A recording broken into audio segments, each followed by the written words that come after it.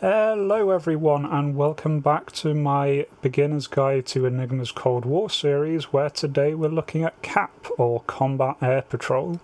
It's going to be different compared to most of the videos in this series, really because I'm not going to give so much tips on how to do the CAP itself, but how to get yourself into those combat situations in the first place, and looking a little bit more about how you can be useful. So I'm not going to go into airframes. We can really do CAP with pretty much any fixed wing airframe out there, but I'm going to be starting off with looking at how we do CAP, specifically how we can do it to really help your team. Rather than just going out there and doing some airquake, how can you do this to actually help your team push the line? After that, we're going to be looking at specific areas to help you with this, mostly communication and early warning radar. So I'll be looking at the new early warning radar system. This is still pretty new, but I'll go through how to get that set up, how to use it, and importantly the limitations of it. Then also look at how to get SRS set up, and then look at how to get effective communication using SRS with your team to make the best of your flights. The different sections will be in time cards down below, so you can skip ahead to whatever you find the most relevant. And so let's get on with it. So let's start off by thinking about how CAP can actually really help your team. Now CAP directly helps, but in a very, very minor way, in that enemy air losses do contribute towards their attrition. Each airframe you take off deducts attrition points from the home airfield, and it only gets returned if you make it safely back. So every enemy plane that you shoot down is some less supply that they're getting back. That will have a minor effect on the front lines. Really, in that with higher attrition, they won't be able to resupply the front lines, help you push the front a little bit. But that's not the main thing you should be focused on when doing CAP. Instead, as we saw with my CAS video, it is ground attack that really pushes the front line back and forth. So whenever you're doing CAP, you really should be thinking about how you can do that to assist that frontline game. We can break this down into two areas. The first is providing support for your own ground attackers. Your A-10s or your frog feet, they can do a hell of a lot of damage, really push the front line, but they are very vulnerable themselves. And one thing that all ground attack players will very much appreciate is having dedicated support escorting them above, chasing away the enemies. So that's what you can do. Communicate with your team. We'll look at how best to do that in a little bit, to make sure that you're flying with your friendly ground attack units and escort them. Really what you're trying to do here is make sure that they don't get attacked, so try and engage enemy aircraft before they can get to your guys. Don't worry too much about getting killed. The point is to try and keep the enemy fighters away from your troops as long as possible, so that your ground attackers can spend their munitions. This really does make a difference. I do a lot of CAS, as you've probably seen on my channel, and really having friendly air cover in the area makes a massive difference so that you can just focus on hitting those targets. So get on comms, work out where your friendly units are, and concentrate your efforts there where they're doing the attacks. The mirror of that, of course, is to interfere with the enemy's efforts to do the same, targeting specifically the enemy ground attack planes and their strike planes as well. Now, the ground attack planes are going to be operating in the very front of your front line, so focus your efforts there and really go for the high value targets, the ones that can cause a lot of damage. So your helicopters, the A-10s, Frogfoot, anything like that should be your priority. Especially if you're flying on Red 4, target A-10s. They are incredibly potent, and they cost a lot of attrition, so shooting down an A-10 is very, very valuable. And although, yes, getting into a fight and shooting down an enemy air superiority fighter may seem the coolest thing to do, but hitting those enemy ground attack planes is really what is going to make the difference in actually winning your team the campaign. So if you have a choice of going after that MiG-21 or that Frogfoot, go for the Frogfoot. It's not as glamorous, but it really helps your side. So as we saw in that last section, communication is the key to being useful. So how do you communicate? Well, the simplest way to communicate with your team is just using the in-game chat function. By default, this is activated by Shift and Tab, and you can type there. Just be careful whether you're typing to all or your team. You can communicate there. It is not the best way. It is very difficult to do that while flying, and a lot of people won't be actively checking that too often. Instead, a vital tool for use in Enigma's Cold War server is SRS. This is a completely free program that works with DCS, works incredibly well, really simple to set up, so I'll just quickly talk you through the basics of it here. So first off, we need to download SRS. I'll put a link down below in the description, or you can just Google SRS for DCS, and the first result will bring you to the right page. Simply download the installer there. Then when you run the installer, you will be prompted to put in 2 locations. The first is just a general location for where SRS itself is going to be installed. That really doesn't matter, wherever fits on your computer. The other more important one is your Save Games folder. Do note that this is not your DCS folder. Instead, this will be in your Users folder under Saved Games. Otherwise, once it's installed, all you need to do is launch DCS. And when you connect to a server with SRS enabled, it will automatically connect and open up the SRS window. And once you have SRS open, there's only a couple things you really need to do to get everything set up. If needed, you can change your microphone, your speaker settings if you need to. You don't have to worry about the IP address. This will automatically connect as you connect to a server. If anything does go wrong, you can just get the server's IP address and paste it in here, but for the most part you can just leave this as is. However, you will need to do some setting up, mostly of your controls, up here in the top. Now, default settings will work for some people, but notably there are some things that you really want to bind. Enigma's Cold War uses 3 radio channels, and so you want to bind controls to pick those. Now, I don't use the normal number keys for anything in DCS, so I've just got these bound to those. So I've got radios 1, 2 and 3 bound to 1, 2 and 3. This will change which of the 3 stations you are currently going to be transmitting on, and that will be displayed in the lower right with a little asterisk next to the radio station that you're connected to. What you also want to do is bind a push-to-talk key. SRS uses push-to-talk only, and so you really want to get this bound to something that you can easily access, especially in a combat situation. In this case, I've just got it bound to my HOTAS. And otherwise, that is enough for use with DCS itself, with Enigma's Cold War server. By default, you will be tuned, one of your radios will be tuned to 251, which is the standard radio for use in Enigma's Cold War server for inter-team communication.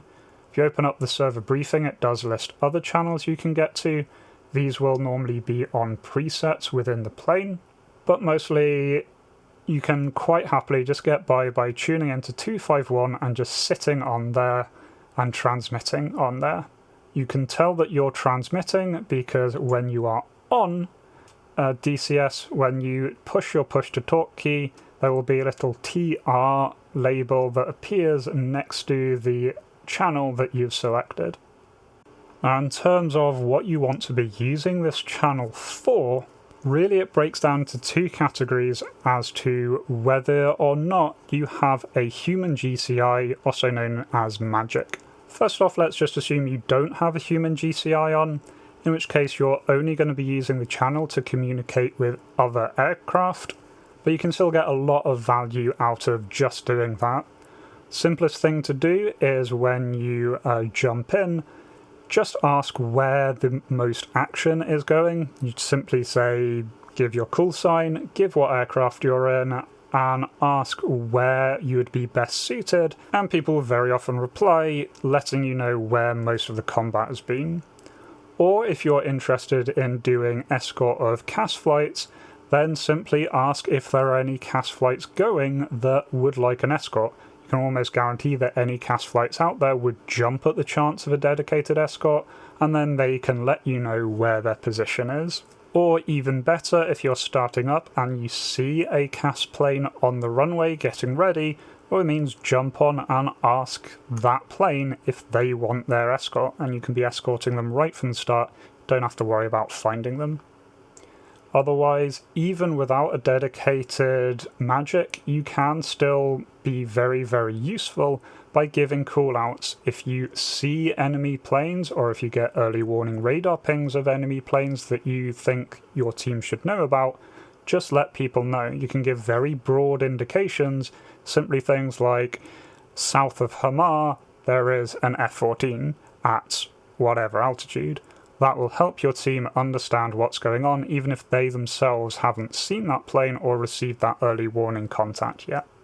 Now, what I would say is do yourself and your team a favour and try not to chat too much on SRS, mostly so that it's clear so that other people can make important callouts if they need to. For that kind of less formal talking or closer coordination within a particular flight, I would suggest going onto a Discord channel. We'll have a look at that in a moment.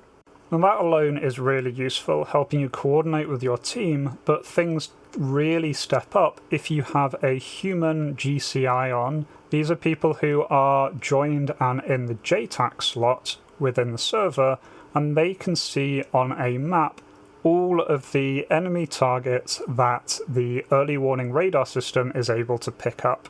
They will normally go by the call sign of Magic and will normally announce themselves when they join a server saying Magic is sunrise on and then give the frequency. If you're not sure if a Magic is on or not, then just ask in 251. Simply ask, do we have a Magic on channel? They will reply if they are on.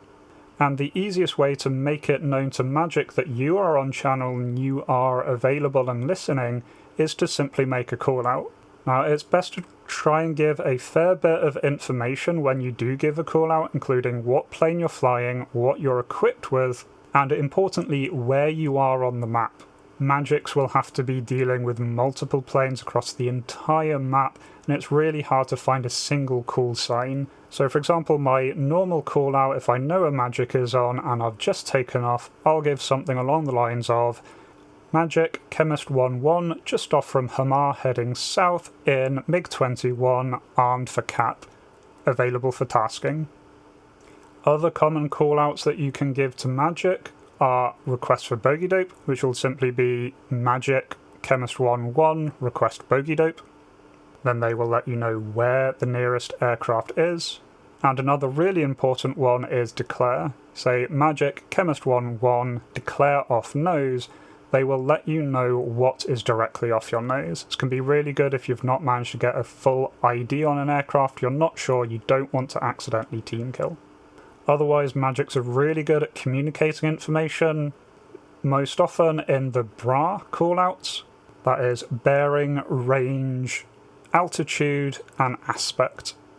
For example, if they say Chemist 1-1, contact BRA 180 for 5 at 8,000 feet, hot, what that means is that at bearing 180, i.e. due south, there is a contact 5 miles away at 8,000 feet, and the final part, hot, cold, flanking or drag, depends on how that plane is moving with respect to you. Hot means it's moving directly towards you, probably trying to intercept you.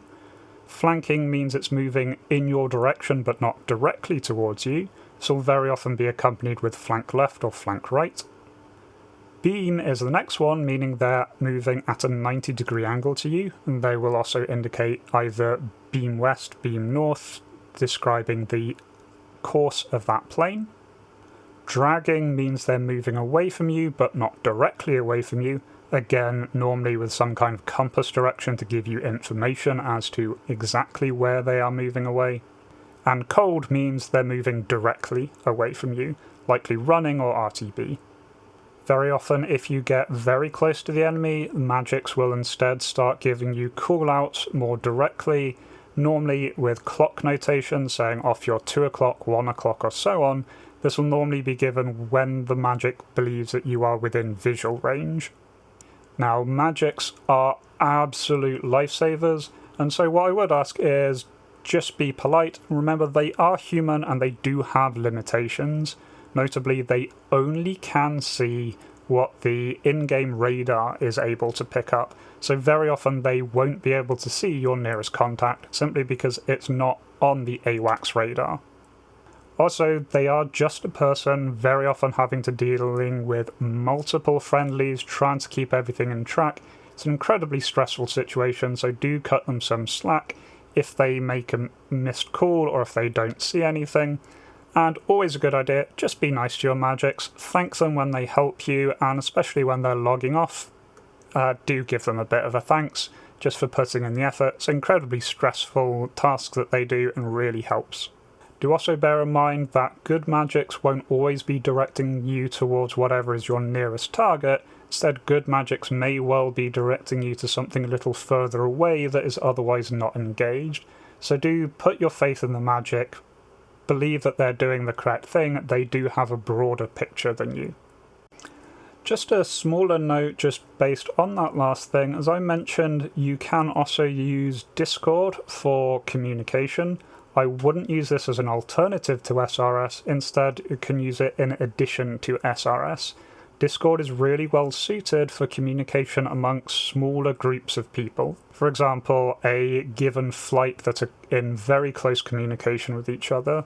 The exact rules of using that voice is going to vary from Discord to Discord. There are all sorts of different Discord groups out there. But a good place to get started is just the official Enigma's Cold War server. There's always people online there on the chat, so if you want to just get in, really good for new people.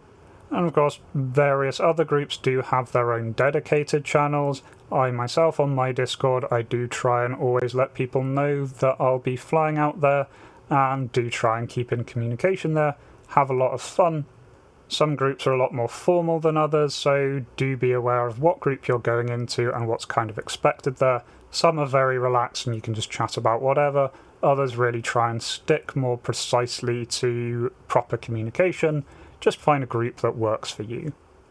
Either way, working in groups is very, very effective for doing CAS.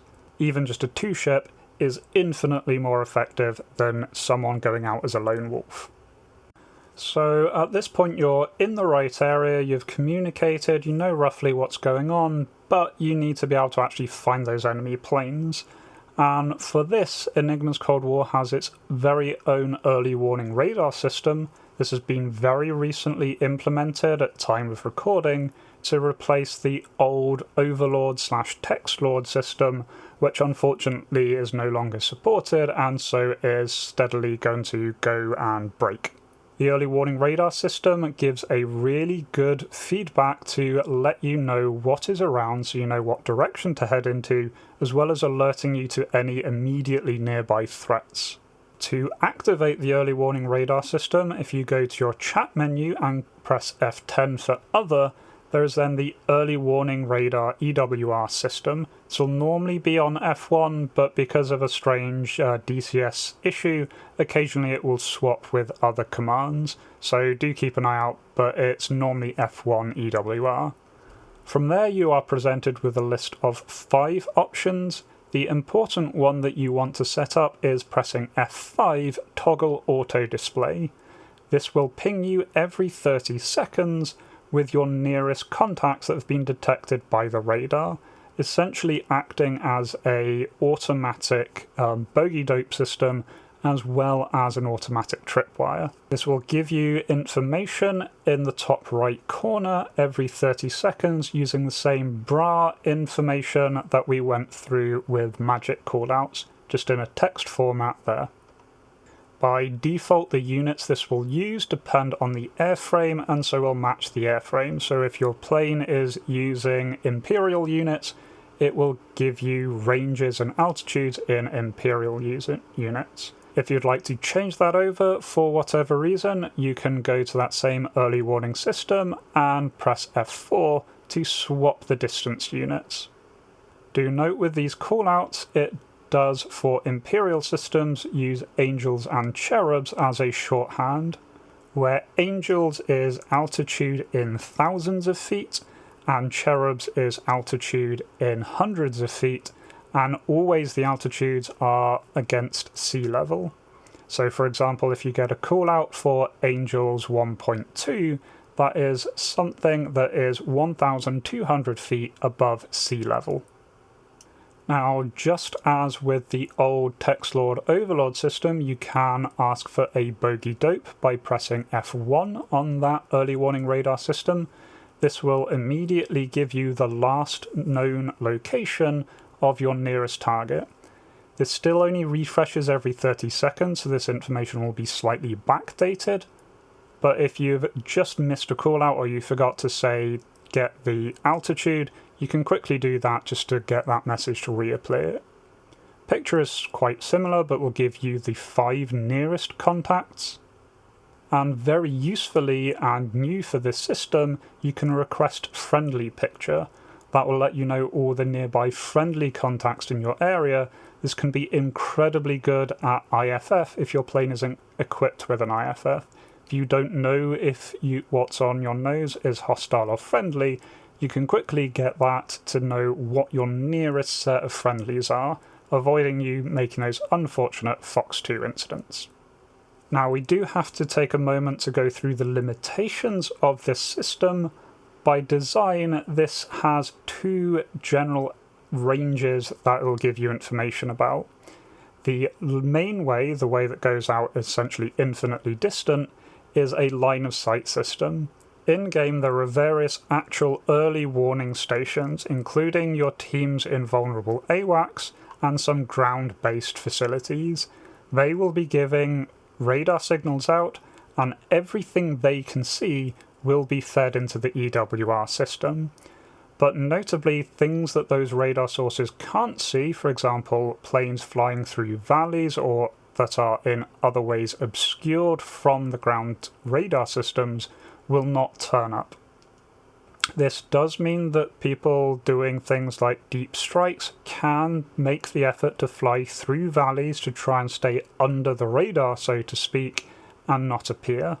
However, there is a 10-kilometer perfect sight radius around your aircraft, where you will always get callouts for anything within 10 kilometers, regardless of whether the early warning system has picked them up or not.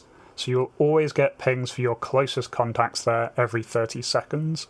This can be really useful when you're in a dogfight, keeping track of things, and stops you being completely ambushed by the enemy who happen to be in a radar dead zone. Final thing to bear in mind is helicopters are ignored by the early warning radar system, so you will never get callouts for hostile helicopters, no matter if they are right next to you or at a fair distance. So if you want to go helicopter hunting, you really need to be using a human GCI who will be able to give you those kind of callouts.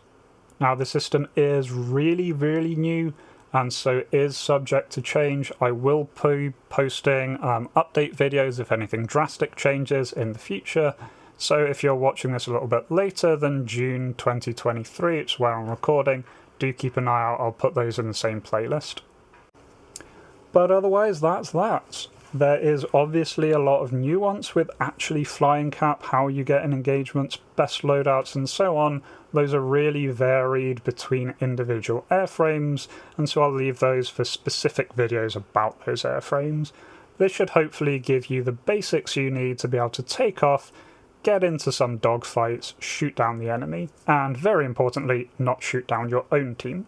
If you have any questions, please do leave them down below. If it's at any broad aspect, I will be covering other things in subsequent videos, and I do intend to have a dedicated video for how to do GCI. But anything else that you think that I've missed, leave me a question down below and I'll try and get back to you. Otherwise, I hope to catch you in the next video. Until then, remember to be kind to yourselves and everyone else. Cheers.